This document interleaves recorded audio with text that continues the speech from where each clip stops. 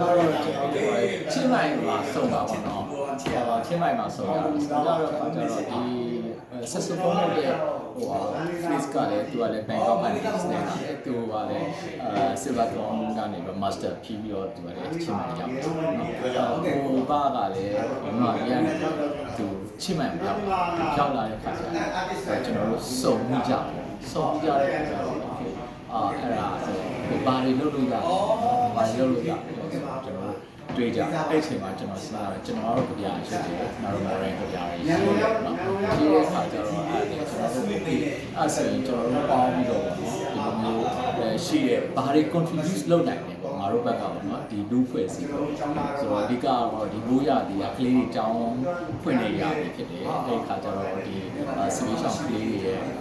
ပညာရေးတွေကျန်းမာရေးတွေဘာလို့လုပ်ပေးနိုင်လဲငါတို့တက်နိုင်တဲ့အရာတွေဆိုအဲ့ဆိုတော့ဒါတွေကိုကျွန်တော်ဆရာပါဆိုင်ရတယ်သူကသူ့ကြီးကားပါလာတယ်ဒါတွေကိုသူပြလို့ရတယ်ပေါ့နော်ပြပေးတယ်ဘာမှလည်းသူရေးလို့ရတယ်ဒီဆိုရင် sketch တွေရေးလို့ရတယ်ဒီကကျတော့ flick ကလည်းသူ saxophone ရတယ်ဒီဒီအတေပြနေတဲ့ခါကျတော့အဲ့ဒါတော့ရလာတဲ့ပုံစံမျိုးလူပန်းတို့ရှာโอเคအဲ့ဒါဆက်တော့ကျွန်တော်